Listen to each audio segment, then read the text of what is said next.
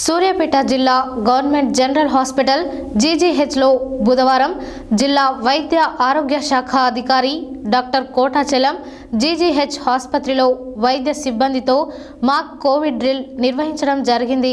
ఈ సందర్భంగా వారు మాట్లాడారు.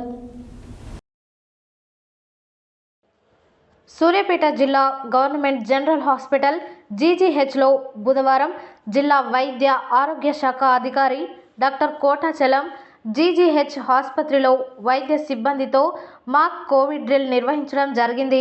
ఈ కార్యక్రమంలో ఆసుపత్రి సూపరింటెండెంట్తో చర్చించి కోవిడ్ ముందస్తు చర్యలు తీసుకోవాల్సిన జాగ్రత్తల గురించి చర్చించడం జరిగిందని, కోవిడ్ పరీక్షా కేంద్రం 24 అవర్స్ కేంద్రాన్ని, ఆక్సిజన్ ఉత్పత్తి కేంద్రాన్ని త్వరగా ఎస్టాబ్లిష్ చేయమని చెప్పడం జరిగిందని తెలిపారు. ఆక్సిజన్ స్టోరేజ్ ప్లాంట్ పరిశీలించి ఆక్సిజన్ గ్యాస్ ప్లాంట్ను, స్టోరేజ్ ప్లాంట్ను తనిఖీ చేయడం జరిగిందని, అదేవిధంగా మైక్రోబయాలజీ ల్యాబ్ను కూడా తనిఖీ చేయడం జరిగిందని పేర్కొన్నారు. ఈ కార్యక్రమంలో ఆసుపత్రి superintendent doctor Satyanarayana, microbiology doctor ఋతు, రమ్య, డాక్టర్ జనార్దన్ తదితరులు పాల్గొన్నారు.